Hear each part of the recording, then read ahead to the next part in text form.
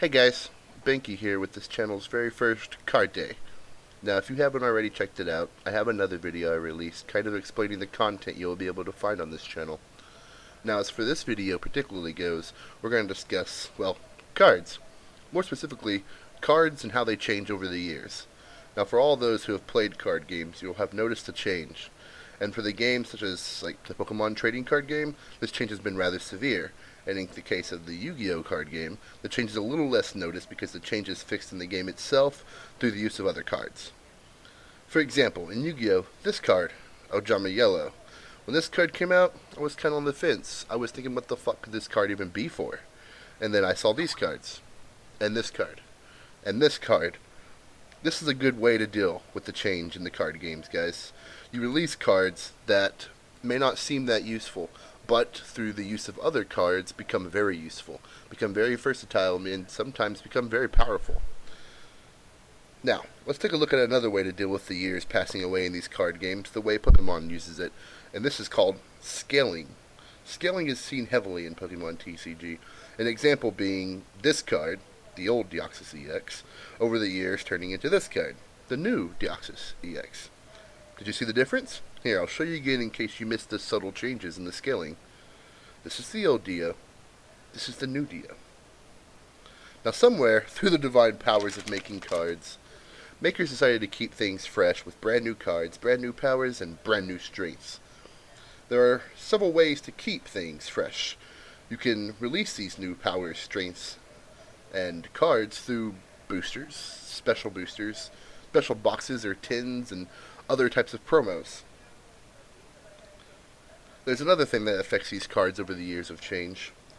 This is called the new style and types of cards. For instance, Yu-Gi-Oh! Yu-Gi-Oh! Made the Synchros, and then they made these new XYZ, or some people call them Zais, these new type of monsters, and there's the tuners.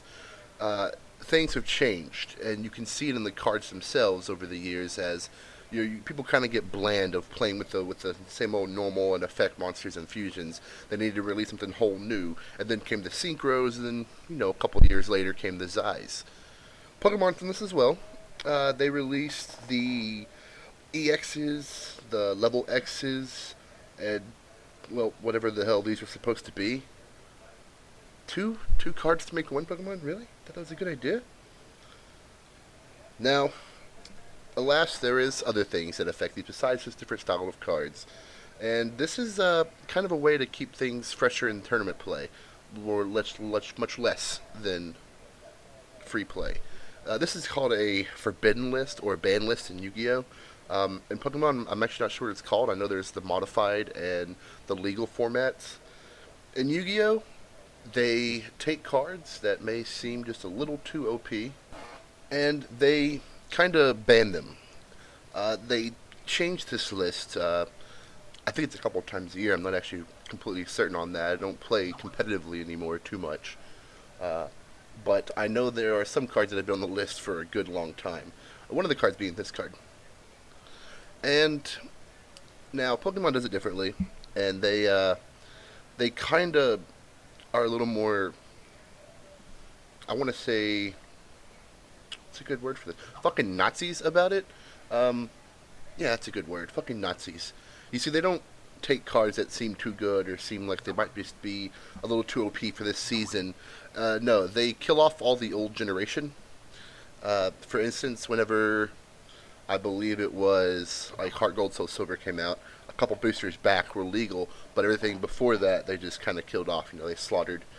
And personally, I don't agree with this style of play because this just kind of eliminates so many things you can do with the card game itself. And Pokemon has a lot of cards, and they're so big, and they kill off everything that we used to play, and they come up with this new stuff.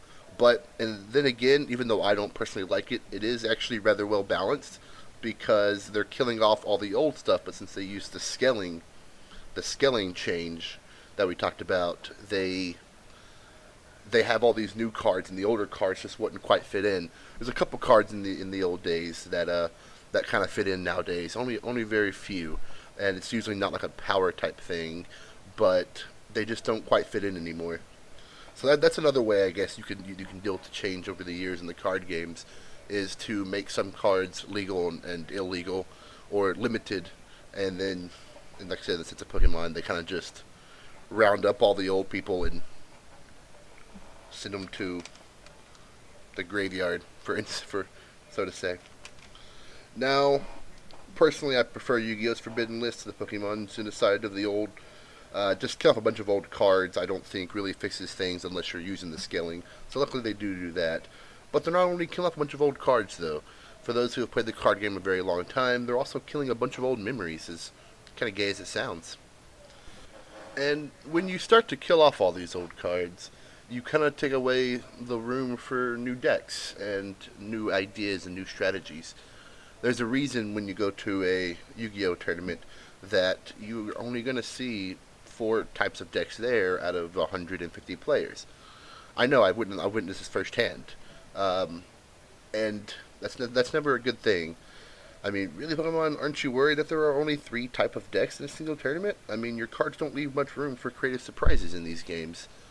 Uh, I think every game needs that surprise card, the surprise deck that kind of just comes out of nowhere and wins. And I think this is the case for some Pokemon decks. But as soon as that deck kind of comes out surprises with a win, then the next tournament everyone's using that flipping deck.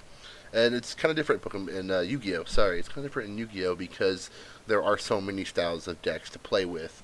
So people kind of tend to stay true to themselves when they make their decks in Yu-Gi-Oh. Rather than Pokemon, they just kind of go online, see what's top tier, OP, whatever the fuck the little kids are calling it nowadays. But yeah, at a Pokemon tournament, you can pretty much guess the winning deck on a whim. Fix that. So guys, this was my second video and my first card day video.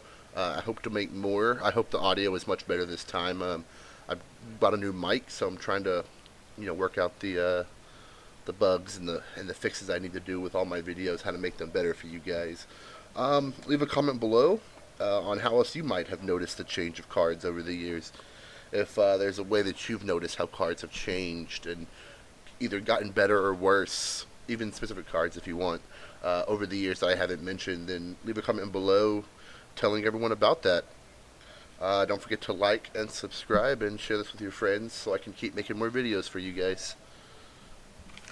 ATG out.